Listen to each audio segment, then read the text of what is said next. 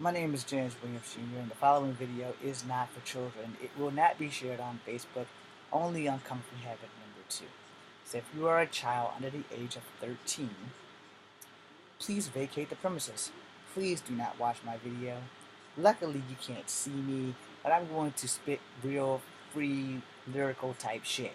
No, I'm not going to sugarcoat the things that I want to talk about, and I would prefer not to have kids watch this crap because in reality, I would prefer kids to not run around cussing and doing all the things that I've done when I was a kid. I wish I'd never heard a cuss word a day in my life. Unfortunately, in the world in which we live in, that shit's not possible. Because us adults are way too unfunctional with we cuss because we speak without thinking and we don't try to sit back and relax and try to have a correct and proper dialogue. Well, that sometimes is an option for some of us. Because some of us are just damn stupid. Okay? And for those who are just damn stupid, stop being stupid. Here we go. Alright. So, as you know, my name is James Williams Jr. I have voiced my opinion about this many a times, and I'm going to voice my opinion about this one more time. Alright? This topic is completely about racism. This topic is also about sexism and brutality of man. Alright? So, we begin with this. 1. I don't give a damn who you are. I don't give a damn what your gender is. I don't give a damn what your motherfucking lifestyle preference. No one has the right to condemn you or judge you for that. And as far as like ethnicity, you can't help in the people that you are born into, but you can rise above the dumb shit that we do. Alright? And why do I say that? Because I'm part Native American, I'm part black, I'm part white. So, first thing first, I, of all people, don't have the right to be a racist on any level, way, shape, or form. And I try my best not to be. If you're an asshat, no matter what race you are, you're a fucking asshat. And people are either gonna like you, they're going to love you, or they're going to fucking hate you. And that's just the three choices that we have. Unless some asshole decides that they want to completely disfigure you and fuck your world up by putting acid on your face or killing you or doing whatever the hell it is they want to do. Earlier I touched on the subject about us not raising our children right, us not teaching our kids right from wrong, us teaching our kids how to become racist. And that's generally how the society has brought us. So, let me begin with this. When you abuse the power that is given to you abuse it very well, but you are not willing to deal with consequences of action. And most of the time, that's how most of the politicians wind up getting in trouble. And why do they get in trouble? Because we allow it. We sit there, we give them all this power, and might don't make right, but sometimes, just sometimes, these asshats decide that that's what they're gonna do, which is what they do. No. Now, is it right? Is it wrong? Is it Memorex? No one really knows, because everyone has a different moral clause within them. My moral clause is this: there's nothing that a woman can't do that a man can't do. No. And maybe, just maybe, women can do it better. 1 second. Let me call you back. I'm busy. I'm fine. Let me call you back. I'm busy. No, I didn't. And let me call you back. I'm busy. Yeah, it definitely wasn't me. I'll call you back when I'm done. Yeah, don't worry about that. I gotta go. Later, love you, gone. Bye. Sorry about that. Now, as I was saying, there's nothing that a man can't do that a woman can't do outside of a woman could have children and a man just plants the seed and then she can throw us the fuck away. And some women do that. I don't know why they do that, and yes, I do know why they do that. They do that because the main way that a woman knows that she can hurt a man is to keep him away from his children. And women do that vindictive ass shit. Now, if a man had custody of a child and he kept a woman away from that, people would say that that was totally immoral and insane. Which they would probably be right, unless the woman was a crackhead or a whore or some other negative word that you can come up with for a woman. But when a man screws up, oh, we never hear the end of that shit. That is not an option. You shouldn't be doing that because you're a man. And those things happen all the time. You know, but no one wants to acknowledge that shit. They just want to condemn men for what they do. You know, and as long as they're gonna condemn us, it's gonna be something that's never gonna end. And the thing with that is, people tend to not really want to live up to the things that they do. You know, it's a whole different ball game when you're on the outside looking in than when you are in the middle of the mix, causing the clusterfuck that is. Alright? And if you're causing the clusterfuck, you know, it's kind of your duty to not do that stuff. But most of the time, people don't seem to understand it. Some people do shit out of spite, and they do that shit because we allow it.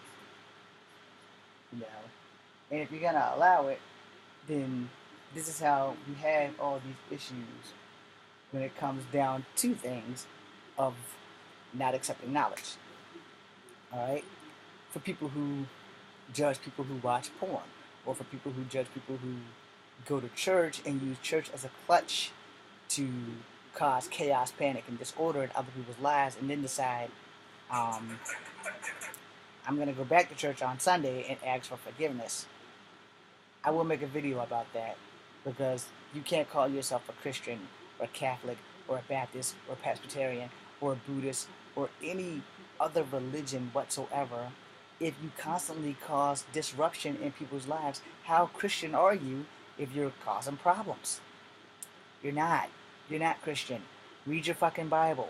People of God don't cause trouble. They try to find ways to solve them. They don't cause trouble in their personal lives. They don't cause trouble in children's lives. They don't cause trouble in anyone's lives because they're supposed to live up to a higher standard of living if you're a person of God. Alright? If you're a person of God and you're pulling a Jimmy Swagger, then you really ought to check your Bible out because you got the devil worshipping Bible clearly. Jesus has taught you better than that. He died on the cross so that we could all live. And the last thing you need to do while you're living is going around going against the word of having a God before God, adultery, sinning in every single form. I sin a lot. Every time I open my mouth, I sin. But that's really the only thing you can really bust me for. I'm not married, so I don't commit adultery. I don't really rob anybody. I don't covenant another man's wife. Not willingly. If I know a woman's married, she's off the fucking books. And even if she used to be mine, she's his now. And if she's leaving him for me, that's on her. That whole sin is on her. Because I'm not going to pursue her. Even if I love her, I'm not going to pursue her while she's married. That shit's not a fucking option. Who wants to catch a bullet in the head for something that used to be? Besides, for her, it could just be a fling of getting even with him by coming back to you. You have to understand how a person's mind works before you understand how quickly you can fuck up your life. Let's move on. Now let's go to the most important topic, racism. If you are a racist, and you have decided now that Donald Trump is the president, that it is blatantly okay to come out and be all balls to the wall racist, then you have some issues that you need to resolve. I think I know the cure for racism. I don't have the tech or the ability to build the tech. But if I could, I would basically build this big ass simulator. And I would put people of different colors into these simulators. And for that whole day, they would live a lifetime in a day. It'd be like the chamber in Dragon Ball Z where you can live 2 years in a whole day and train. Well, I would do that with a simulator. And let's say I put a white man in a black man's shoes and he would come through slavery, through the Great Depression, through every tragic event in America as a black man.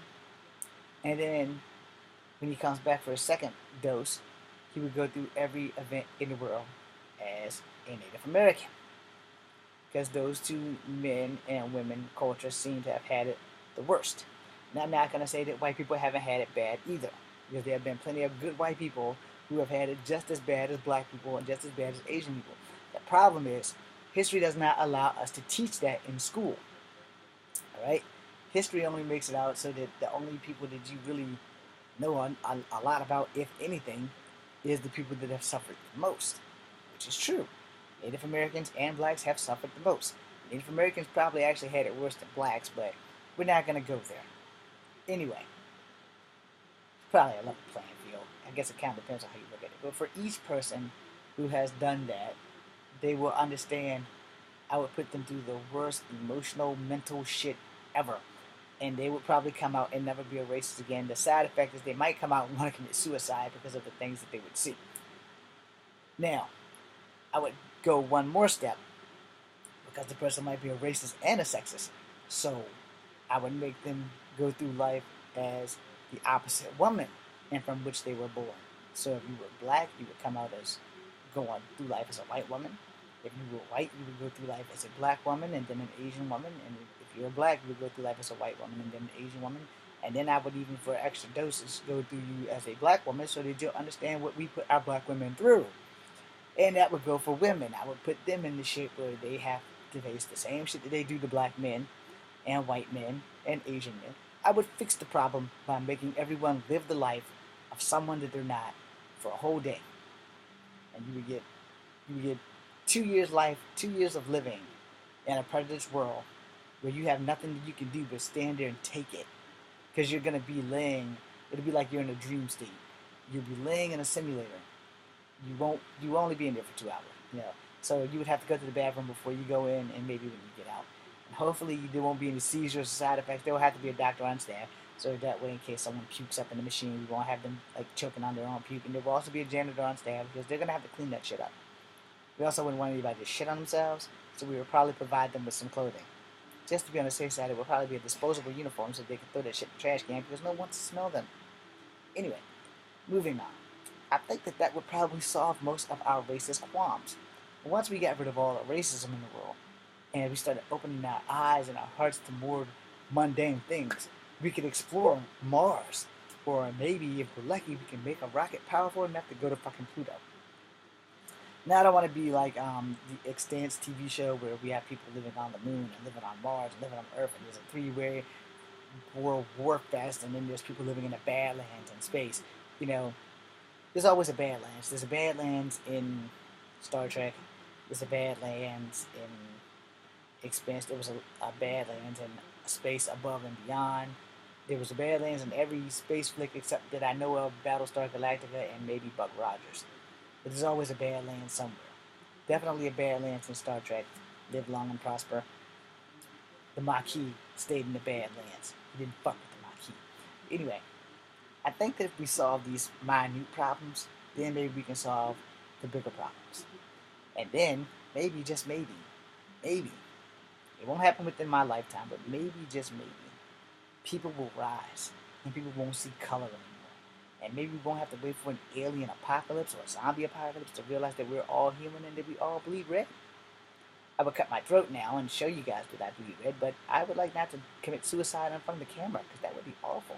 Besides, I'm pretty sure that guy right there is 13. Yeah, I'm looking right at you. That little genius-ass Asian dude right there. Yeah, that guy right there. I'm going to tell your mother. She can see you, you know. She's watching your every move. And that little girl right there. Yeah, the fast one. The one who's thinking about having sex tomorrow. Don't do it. That's right. Yeah, I see you. Yeah, the one with the glasses. That one right there. Yeah, right there. I see you. I see you. Yeah, don't do it. Don't do it. He's lying to you and he's going to tell everybody bad about you when you're done with it, so don't do it. Okay, so as I finish this off, have a Coke and a smile. And if you don't drink Coke, well, I don't either. I just drink tea. You've seen what I drink. Of course, you're not seeing anything right now because I'm invisible. But anyway, hope you guys enjoyed my videos. I'm going to make one more video, and I won't be invisible this time. But there might be 4 of me.